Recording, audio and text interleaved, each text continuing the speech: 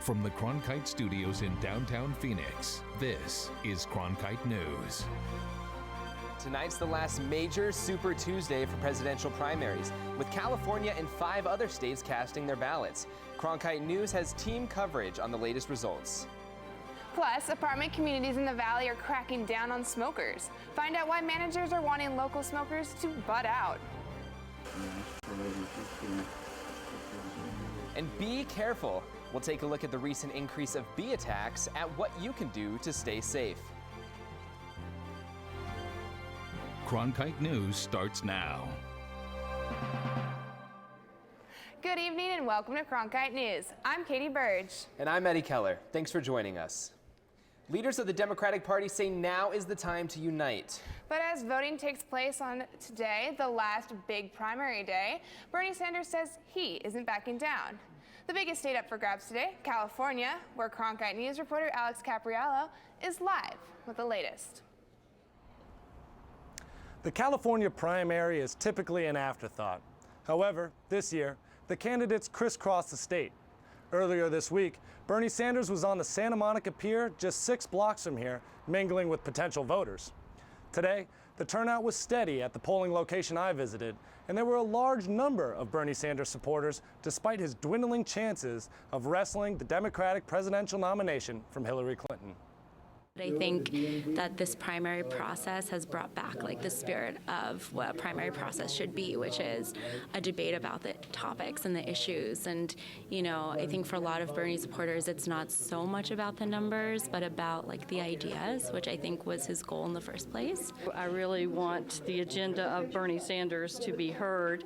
Even if he is not nominated, I want the volume of people interested in his agenda to be clear and, heard so that it might persuade policy direction. Still, Democrats appear to want to stick together. Some voters at this polling place in Santa Monica told me they may not love presumptive nominee Hillary Clinton, but see value in giving her their vote. I don't want to vote for her, but if she gets a nomination, then I'll vote for my party, but it's just, I'm not crazy about her. I don't want to see her win, but I think she will. I may not be crazy about Hillary Clinton, and there may be some little clicks along the way, but I think she's the best qualified to do the job. With commitments from the number of delegates needed to become the Democratic Party's presumptive candidate, Hillary Clinton will be the first woman to top the ticket of a major U.S. political party. Of course, Bernie Sanders will hope to gather enough support from super delegates to force a contested convention. From the Cronkite News Bureau in Los Angeles, I'm Alex Capriello. There's been a lot of talk about how superdelegates play into the Democratic nomination process. Here in Arizona, we have 10 superdelegates.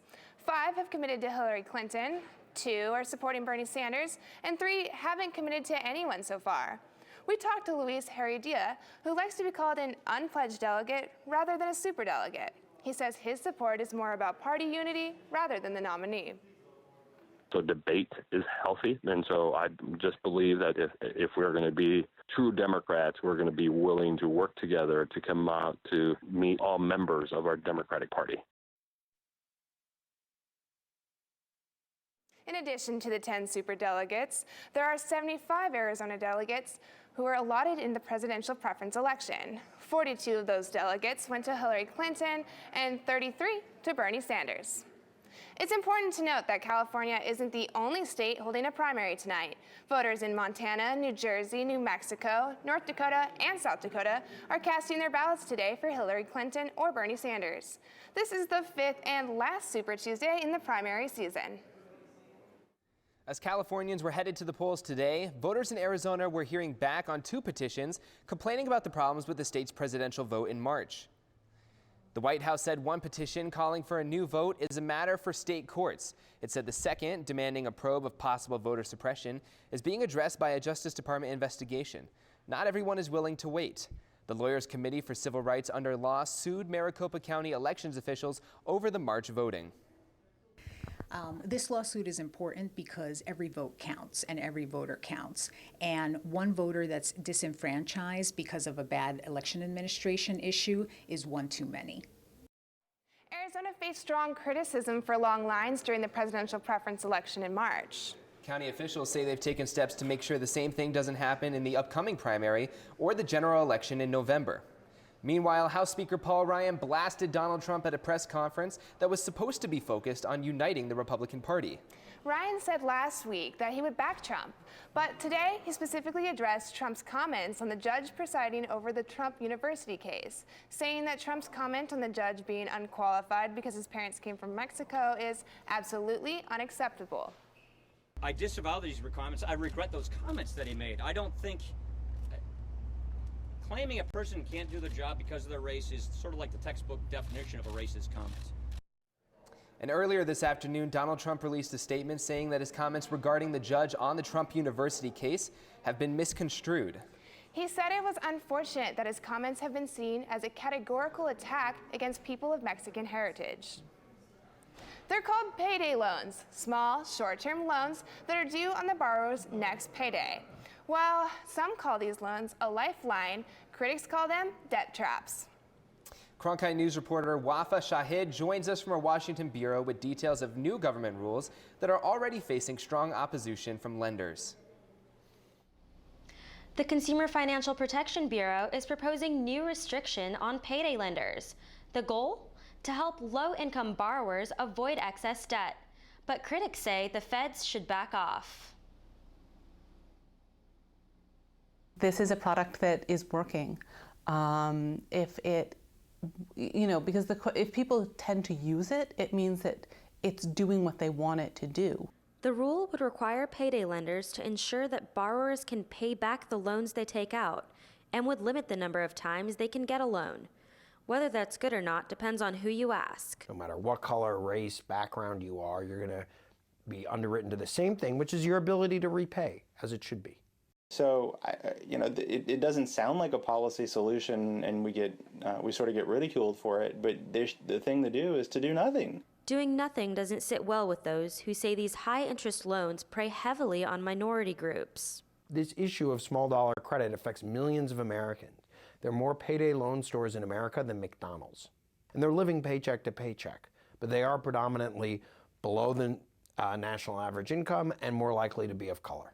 Even though advocates say that these rules will level the playing field, critics claim that free enterprise is at stake. I don't see any positive, really. If you look at the CFPB's own estimate of what this would do to the industry, it reduces the industry's revenue by somewhere up to 85%. Officials at the Consumer Financial Protection Bureau will take public comments on the proposed rule up until September 14th. Reporting live in Washington, I'm Wafa Shahid, Cronkite News. Arizona health officials are looking to lease extra space at the state mental hospital to the private sector. The department is soliciting offers from private psychiatric providers that may want to lease space on the 93-acre campus. The move would not affect existing government programs at the hospital. You may see more smoke-free zone signs popping up around the valley. An apartment organization says a Maricopa County survey shows people want to live and play smoke-free. Reporter Christina Tatro spoke with apartment managers and smokers who are also seeing the trend. I think it's a gross habit. I mean, really, I don't know many cigarette smokers who are like totally down with cigarettes or tobacco. Scarston may not be comfortable with his habit, and he's not alone. A new survey found that 70% of Maricopa County residents want to live in a smoke-free area. It is a very large growing trend. Brian Fasulo manages 12 apartment communities, 2 of which are completely smoke-free, and he says he understands why it's popular. If one person's smoking, it can really permeate the entire corridor. Fasulo also says more people work and play in their communities. Communities are seeing a lot more activity in their residential spaces, their common areas, than we've seen in the past. And they don't want to be stuck in a haze of smoke. Scarston says he understands the discomfort with cigarettes, but he doesn't think smoke-free communities will be easy to enforce. But I don't think it'll be super effective just because most smokers I know will smoke wherever they want. But in the future, smokers may find it harder to light up, even in their homes. In Phoenix, Christina Tatro, Cronkite News. With summer in full swing, you would normally expect long lines at the airport. Coming up on Cronkite News, how the TSA is making progress on shortening your wait time. And the Cincinnati Zoo's gorilla exhibit is back open to the public. Find out what changes have been made after May's tragic gorilla shooting death. The true measure of all our actions is how long the good in them lasts. This is who I am, where I'm from. If you're on the right side of history, you can accomplish anything. It's a connection between your present and your past. Come this way. This is good. This is very good. We are attempting to fulfill the promise of America. The stories about who we are shape us. This chance to go through a time machine. Good heavenly days. We should know our history. It informs, but it doesn't constrict you. It's a framework to carry out human activity. The sky is the limit. It started a long time ago. For only the third time in the award's 74-year history, a Phoenix-based news operation wins the prestigious Alfred I. DuPont Columbia Award for Excellence in Broadcast Journalism. And this year, that news operation is Cronkite News, the news division of Arizona PBS, honored for its work on the groundbreaking documentary, Hooked, Tracking Heroin's Hold on Arizona. Cronkite News at Arizona PBS, award-winning journalism you can count on from the station you trust. Flown recently, you may have noticed shorter lines than before. The head of the Transportation Security Administration says significant progress has been made in shortening screening lines. Earlier this spring, thousands of passengers missed flights due to long lines. Over Memorial Day weekend, head of the TSA, Peter Neffinger, said today 99% of passengers at U.S. airports waited less than 30 minutes. Neffinger added that new automated technology has sped up the TSA process. First, it's an automated conveyor belt, so it's an automated roller system, an automatic bin return. There are 5 stations at which individuals can stand, so you can move 5 people at a time up to the checkpoint. Agency said they will also increase staffing at peak periods, especially in the nation's busiest airports. You can fly out of Sky Harbor International Airport to El Paso, Los Angeles, Albuquerque, and more, starting at $49 one way. It's all part of Southwest's 72-hour sale that they began today. They are offering flights around the country, starting at less than $100. Last year, the sale crashed the airline's website. New this year, the Southwest's lowest fares are only available Tuesdays, Wednesdays, and Saturdays. The gorilla exhibit at the Cincinnati Zoo reopened to the public today. That's where a silverback gorilla was shot and killed 10 days ago when a 3-year-old boy got into its enclosure. Before its reopening, the zoo added a new, taller barrier at the exhibit. We felt a new, bigger barrier helps reinsure our visitors and guests and redoubles our effort to make sure that our animals are safe and that our visitors are as well. The zoo also added 3 security cameras. This comes after prosecutors announced yesterday they would not file charges against the boy's mother in the incident. Tropical storm Colin in the Florida Gulf is downgraded to a post-tropical cyclone. The extreme weather is moving offshore, leaving behind damage and flooding. Colin brought heavy rain and high winds to the Sunshine State. The storm brought down trees and flooded the streets. Florida Governor Rick Scott declared a state of emergency, and 6,000 National Guard troops were ready to deploy to the hardest hit areas. Scott warned drivers to stay away from standing water, which also poses an entirely different danger. One other issue we have is we have the risk of Zika right now. And so we need to get rid of all the standing water around the state. Colin is the 3rd named tropical storm this year. 3 named storms have not hit this early in the year in more than 100 years.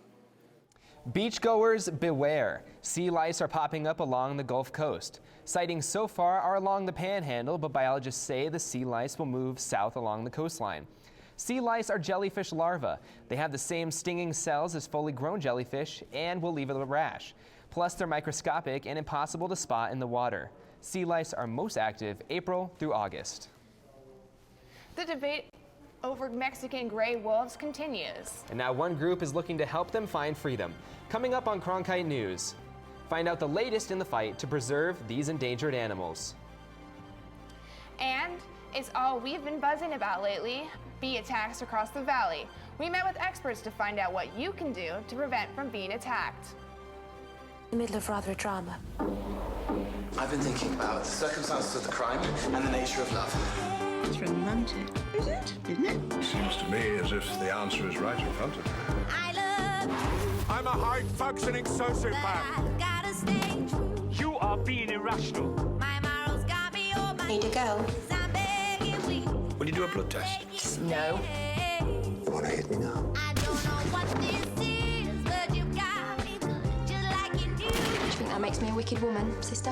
Will the prisoner rise? There is only one thing I would like. Pain. Sex? Heartbreak. Or love? Oh, yummy.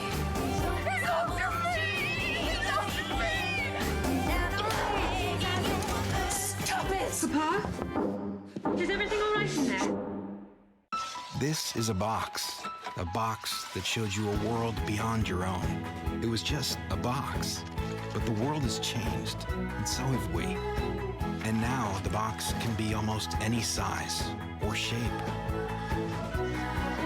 And you decide what you want to explore. Anytime, any place. Break out of the box with PBS. Well, it's happening again in Arizona. Today, state health officials say they've confirmed another case of measles, but this time it's in Maricopa County. Officials say the new Maricopa County case is tied to a private detention center in Eloy, just like all of the Pinal County cases. The good news, a spokesman says they haven't seen measles spreading out into the community as a whole yet. The person is no longer infectious and does not pose a risk to the public. The tally of confirmed new cases of measles is now at 14, all but one in Pinal County. A 100-acre fire is threatening private residences in northern Arizona. The reservoir fire started yesterday morning, already leading to evacuations in the area. Officials say it is human-caused. Now, if you are in the area of Clint's Well, be aware that some unincorporated private lands are self-evacuating. Those were occupied northeast of the reservoir. As of now, the main forest road leading to the reservoir will be closed for firefighting equipment and personnel. In Sedona, residents are also concerned over fires.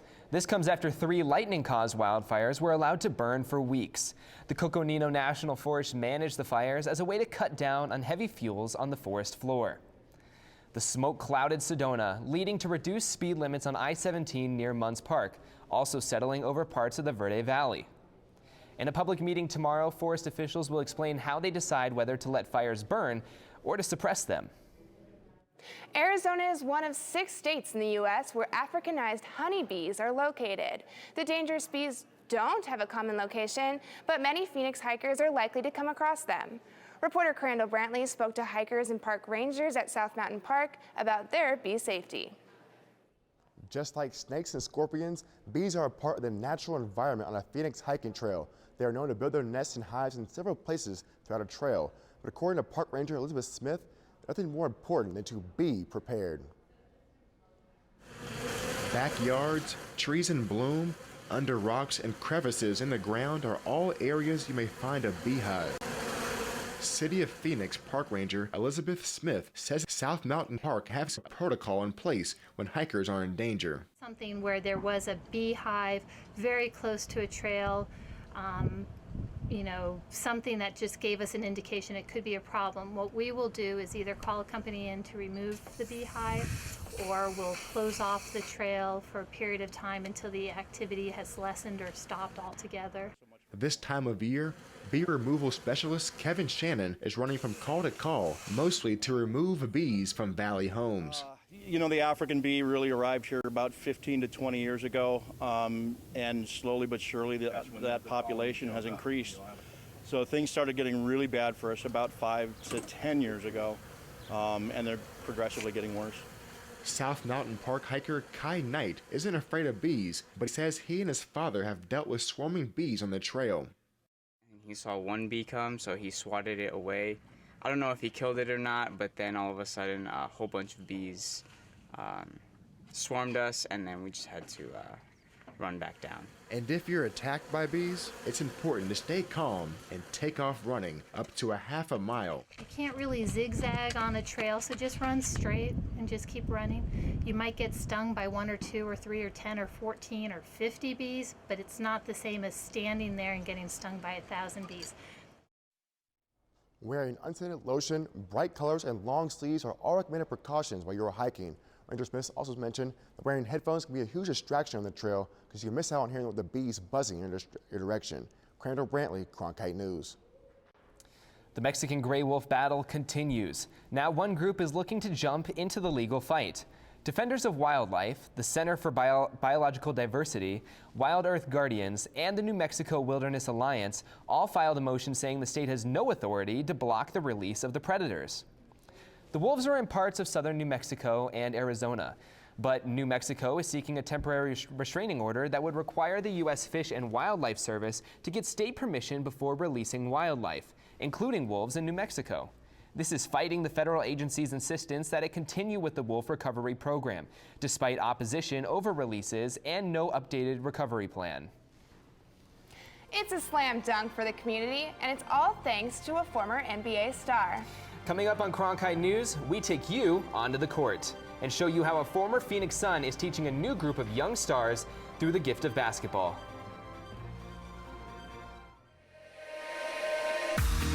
Heaven knows you're a dreamer. Don't hide it from anyone. Don't hide it from anyone.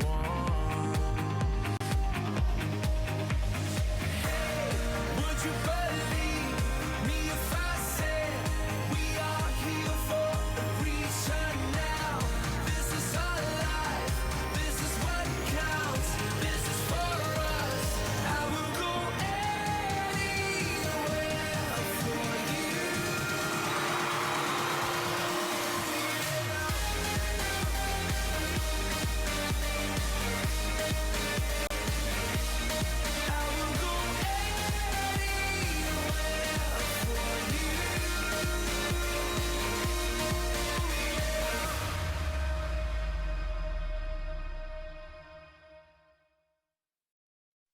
This is the real thing.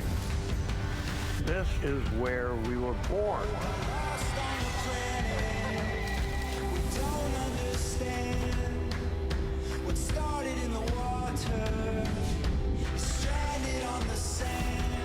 One of the amazing things about the history of life on Earth is it keeps learning new tricks. The animals, the plants, really gets in your blood.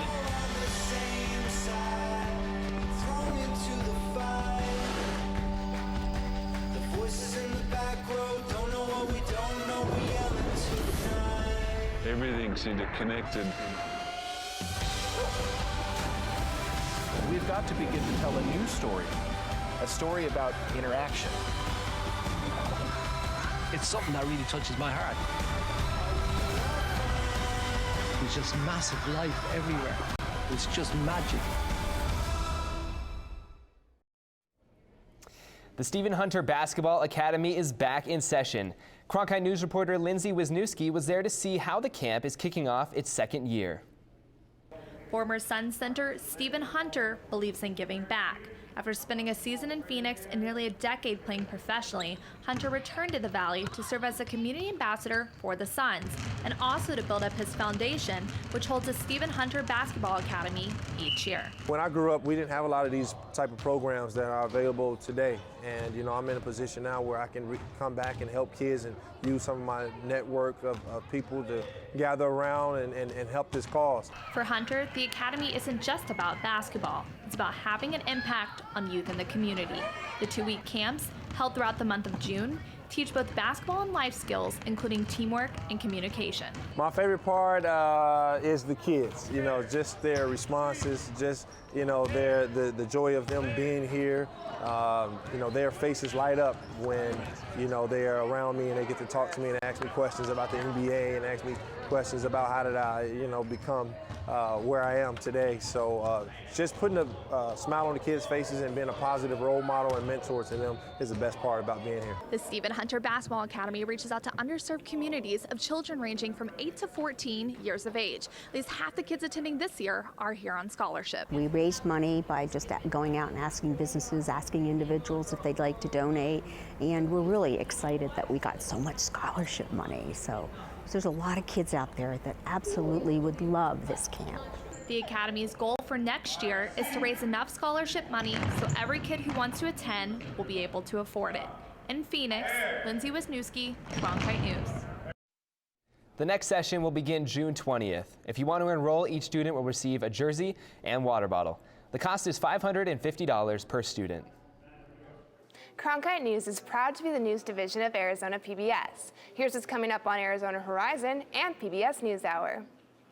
On the next Arizona Horizon, get an update of the state's finances as the fiscal year draws to a close, and we'll check out a local high school where students are learning the culinary arts. That's on the next Arizona Horizon. I'm Gwen Eiffel on the next NewsHour. A public high school in Kentucky with transgender students on its wait list. That's Tuesday on the PBS NewsHour.